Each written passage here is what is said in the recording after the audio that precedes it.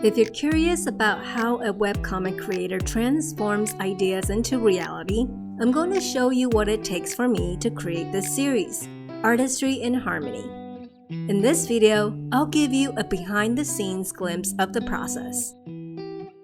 What you see here is a finished page from one of my episodes. And here's the vertical version, optimized for Webtoons and Tapas.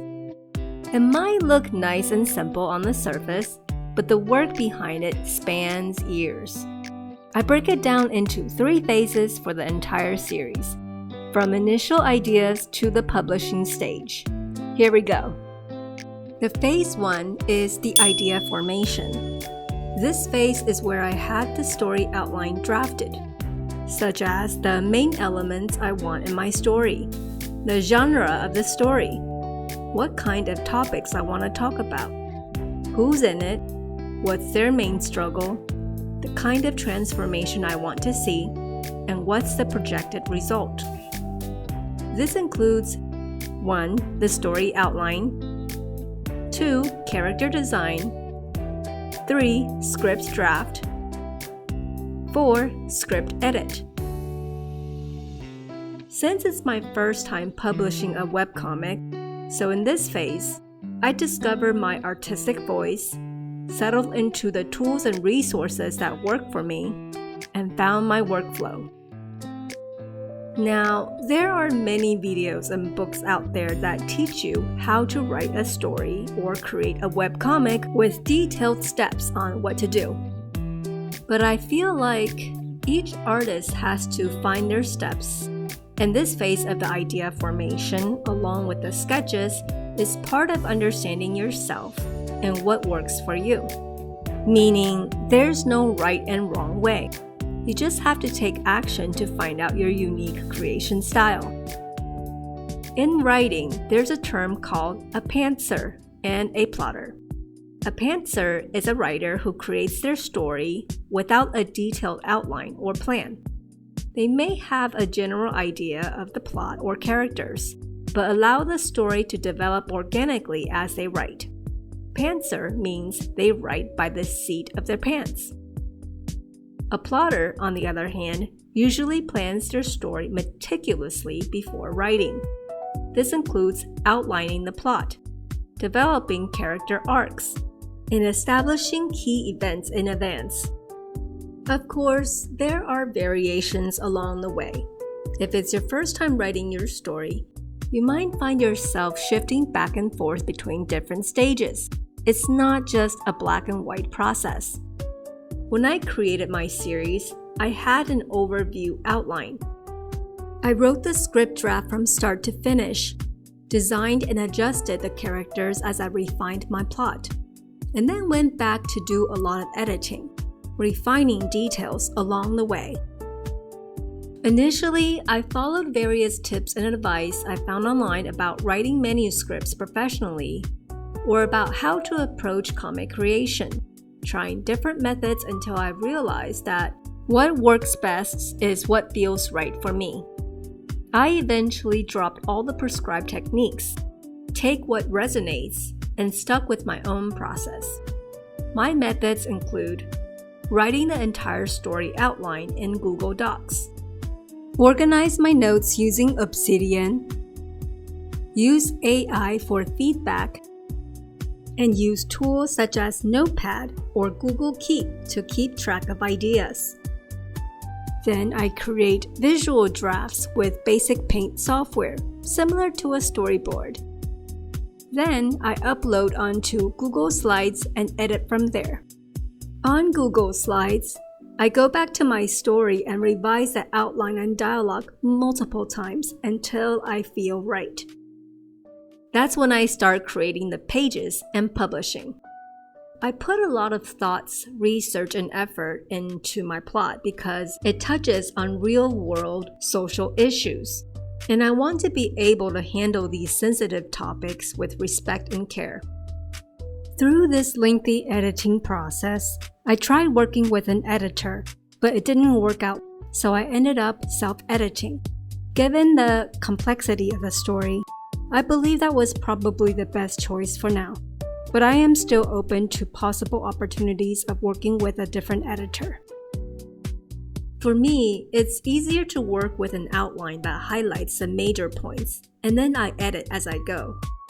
That's why I had to take breaks between chapters and go on hiatus to plan my episodes, and I really appreciate my readers' understanding. My brain simply can't plan everything from start to finish in perfect details and stick to that plan. I need a fluid, dynamic workflow that aligns with my intuition.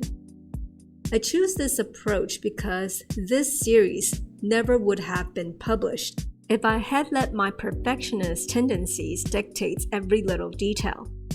If I kept editing until everything was perfect, it might take another 5 years or more just to get it out there.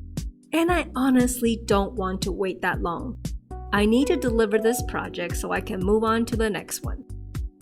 So if you're thinking about publishing your work, consider working in chunks. Just start publishing, let your intuition guide you, and go with the flow. Phase 2, the creation. This is where I start drawing in Clip Studio and bring my pages to life. I faced some learning curves during this phase, as I had to decide on the dimensions of the pages, choose the right brushes, set up my workspace to optimize my flow, create assets to save time, and select panel backgrounds, clothing styles, color palettes, sound effects, small embellishments, and more. My webcomic art style is characterized by a refined, bold aesthetic, focusing on solid colors and clean, straightforward framing without ornate details. Since my series targets a young adult or more mature audience, I prefer a simpler, impactful look. The creation of the page includes 1. Insert draft or draw directly. 2. Panel allocation. 3. Dialogue and speech bubbles. 4. Background placement. 5. Insert 3D model. 6. Line art. 7. Color fill. 8. Add shades. 9. Add highlights. 10. Sound effects.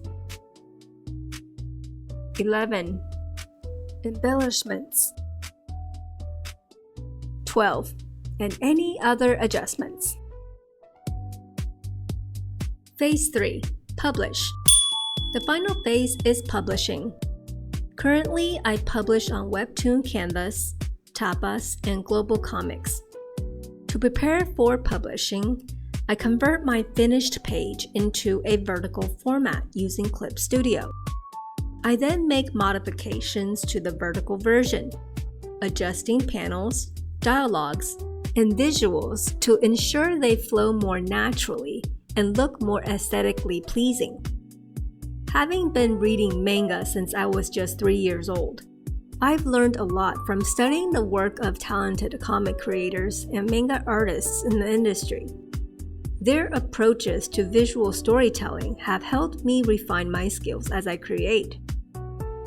Although I'm explaining my workflow in this short video, it took me roughly 2.5 years to publish my first episode. But keep in mind, the time frame includes many life events, so don't get discouraged from publishing your work, regardless of how long it may take. For me, publishing this series holds deep meaning. As a child, I was discouraged from creating, and I had to work through many limiting beliefs, not just about my abilities, but about myself. Overcoming those barriers helped me become the person capable of writing a meaningful story. That said, I believe everyone has a story within them. Through self-discovery, personal growth, and learning to find our unique voice, we can turn our ideas into reality. I hope this workflow overview gives you some ideas, and maybe even sparks inspiration for your own projects. Remember, you have a unique gift to share with the world, and I hope you find the courage to start something meaningful. If you haven't already, please check out my series, Artistry in Harmony, a story that talks about mental health, nutrition, and sustainability. The links are in the description.